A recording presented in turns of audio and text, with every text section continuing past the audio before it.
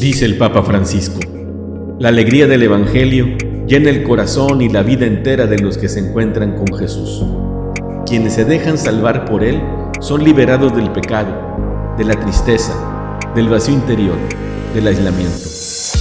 Compartimos con la alegría del Evangelio la homilía de este domingo. El Señor esté con todos ustedes. Y con su espíritu. Aclamación del Santo Evangelio según San Lucas. Gloria a ti, Señor.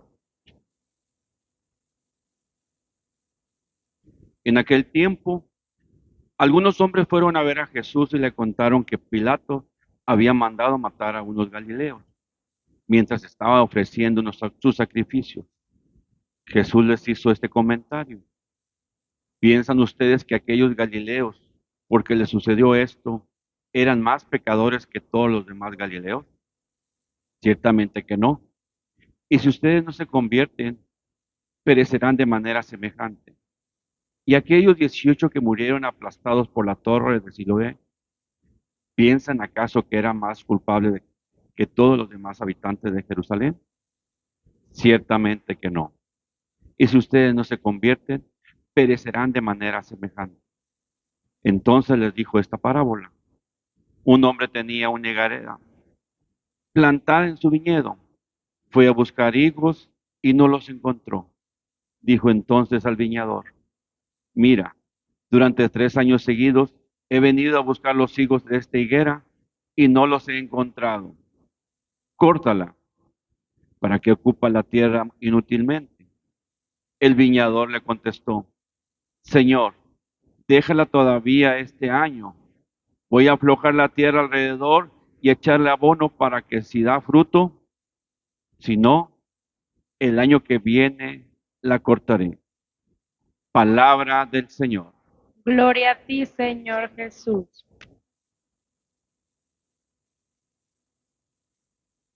En tiempos de Jesús existía una creencia muy arraigada, incluso pues en términos o en ambientes muy religiosos. Era algo común. Todo el mundo creía que las cosas malas que le suceden a las personas es un fruto del pecado y del castigo de Dios. Y existía esa creencia profunda: Dios castiga. Y Dios va tomando en cuenta las cosas que vamos haciendo para darnos un castigo proporcional.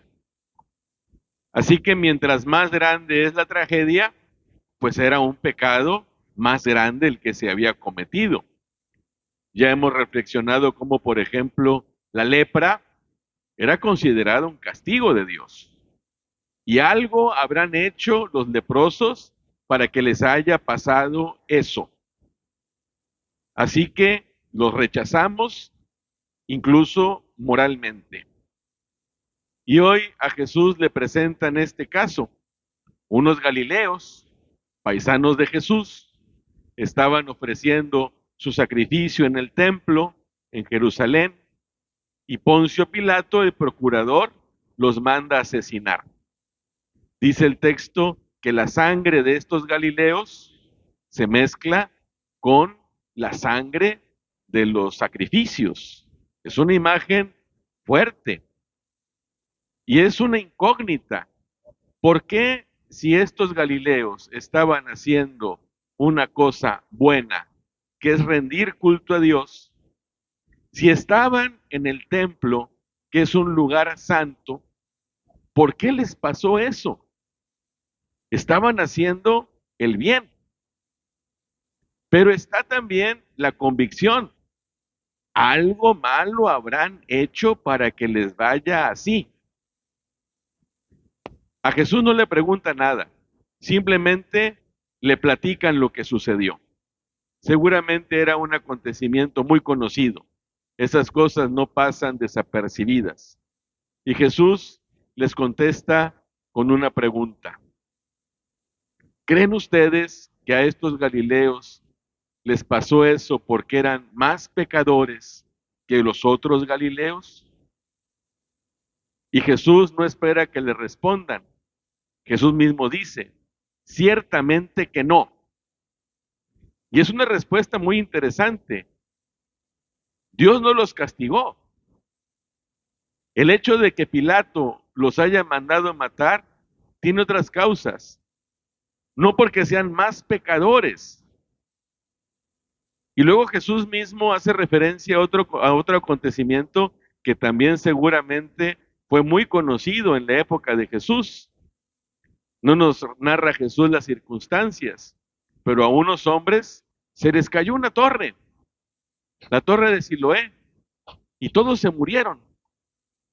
Y Jesús también les dice, ¿creen ustedes que a ellos les pasó eso porque eran más pecadores que los habitantes de Jerusalén? Y reafirma, ciertamente que no. Y es algo que también nosotros tenemos que tener muy en cuenta. Dios no castiga, porque a veces pensamos que algo malo nos está pasando como un castigo de Dios. Y podemos pensar que si nos va mal es porque algo malo habremos hecho. Y a veces hasta podemos cuestionar a Dios y preguntarle, ¿qué he hecho para que me castigues de esa manera? La enfermedad, el fracaso de una relación amorosa, el dejar de trabajar, el tener apuros económicos, el no saber cómo le voy a hacer para salir adelante. Todo ese panorama que a veces llega a ser hasta trágico, a veces lo vemos como un castigo de Dios. Y hoy Jesús nos dice, no, Dios no castiga de esa manera. No te está pasando eso porque seas pecador. Son otras las circunstancias por las que pasan las cosas, pero no es una intervención de Dios para que escarmientes. Pero también estaba yo pensando otra cosa, que es muy cómodo para nosotros ver cómo a los demás les va mal y pensar que porque les está yendo mal, Dios los está castigando.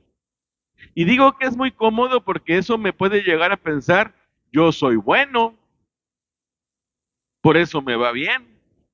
Ellos les va mal porque algo habrán hecho. Y a lo mejor también esos hombres que se acercaron a Jesús iban con esa intención de decirle, ¿ves? Esos son pecadores. Algo malo hicieron.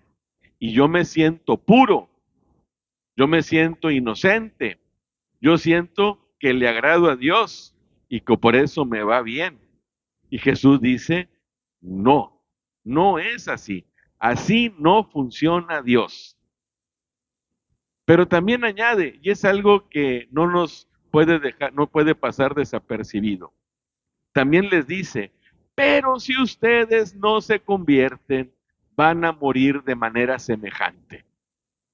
El hecho de que Dios no castigue no quiere decir entonces que yo pueda hacer lo que se me pega la gana.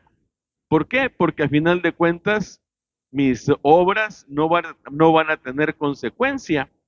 Porque Dios no castiga. Y entonces yo puedo hacer de mi vida lo que yo quiera.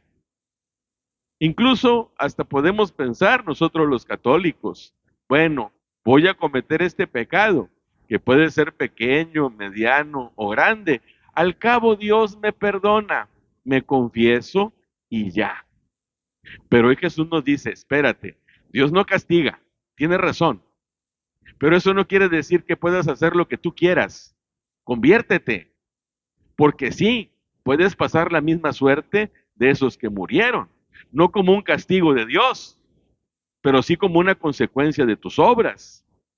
También puedes morir, y no una muerte como la de ellos, sino incluso peor, una muerte eterna. Así que al mismo tiempo que Dios nos invita a relajarnos y a descubrir que las cosas y las dificultades de esta vida no son castigo de Dios, al mismo tiempo que Jesús nos enseña a no creernos mucho porque a los demás les va mal porque son malos, al mismo tiempo también nos invita, nos apremia a la conversión. Y el tiempo de Cuaresma es tiempo justamente de conversión. Es una invitación a cambiar, a enmendar el rumbo, a tener más en cuenta a Dios en nuestra vida, a ir actuando de acuerdo a lo que sabemos que Dios quiere, a adecuar nuestras actitudes y nuestras conductas al querer de Dios, al cumplir nuestras obligaciones en este mundo, familiares, laborales, civiles, pero también cumplir con nuestras obligaciones religiosas. ¿Por qué? Porque es un apremio que Dios nos está pidiendo a nosotros hoy. Y por otro lado también está la parábola que hemos escuchado. Las dos primeras cosas, la muerte de los Galileos y los que murieron bajo la torre de Siloé, fueron acontecimientos que sucedieron, históricos, no son parábolas, fueron hechos. Pero la segunda parte sí es una parábola, la hemos escuchado. Esa higuera que está plantada en un viñedo y que por tercer año no produce ni un higo. Y cómo el Señor, el dueño de la viña, le dice al viñador, córtala. Y el viñador, en una actitud también de paciencia, dice, espérate, le voy a mover la tierrita, le voy a poner abono, le voy a echar agua. Y si el año que entra sigue sin producir higos, entonces la cortamos. Y eso nos habla también del corazón de Dios. Dios es paciente. Siempre Él nos da una oportunidad. Y nos había invitado a la conversión. Pero a veces a nosotros nos cuesta trabajo convertirnos. Y nuestra vida a veces cae en incoherencias. Y por más que queramos vivir en el buen camino, a veces nos desviamos. Y entonces pudiera parecer que alguien dijera, ¿te desviaste? ¿No estás produciendo frutos? Que te pase como a los galileos, que te pase como a los que les cayó la torre. Y Jesús nos dice, no va a pasar eso, porque yo te tengo paciencia y porque yo quiero darte una oportunidad, porque yo espero que produzcas fruto. Y eso también nos puede llenar de esperanza y decir, qué bueno, porque sí le batallo. Y qué bueno que Dios me tiene paciencia. Pero también me puede conducir a un mal pensamiento. Como Dios me tiene paciencia, luego me convierto. Luego me arrepiento. Yo le voy a seguir. Al cabo, Dios es bueno y es paciente y me da siempre una segunda oportunidad. Pero no se nos olvide también lo que la misma palabra de Dios dice. Si al año que entra no produce, entonces sí, córtala. Otra vez, al mismo tiempo que nos da oportunidad, también nos apremia a la conversión. Al mismo tiempo que nos dice, las cosas malas de esta vida no son un castigo, también nos dice, sin embargo, conviértete. Ese es el modo como Dios muchas veces maneja las cosas. Y es muy interesante, porque Dios es bueno, pero no es bonachón. Dios nos da una oportunidad, pero no es indolente. Él al mismo tiempo que nos manifiesta su amor, también nos urge a la conversión y a que produzcamos frutos. Al mismo tiempo que es generoso y magnánimo, también quiere apretarnos la rienda y quiere que reaccionemos para que nos convirtamos y buscamos el camino que a Él le agrada que nosotros recorramos. Sí, nos da oportunidad. Sí, nos ofrece su amor. Sí, Él quiere que nosotros vayamos por el buen camino y nos da esa oportunidad. Pero también dice, hey, no te duermas en tus laureles, conviértete. Y este tiempo de Cuaresma es justamente eso, un tiempo de conversión. Un tiempo de conversión en el que Dios me muestra su amor y me invita a que nos acerquemos, nos invita a que nos acerquemos a Él.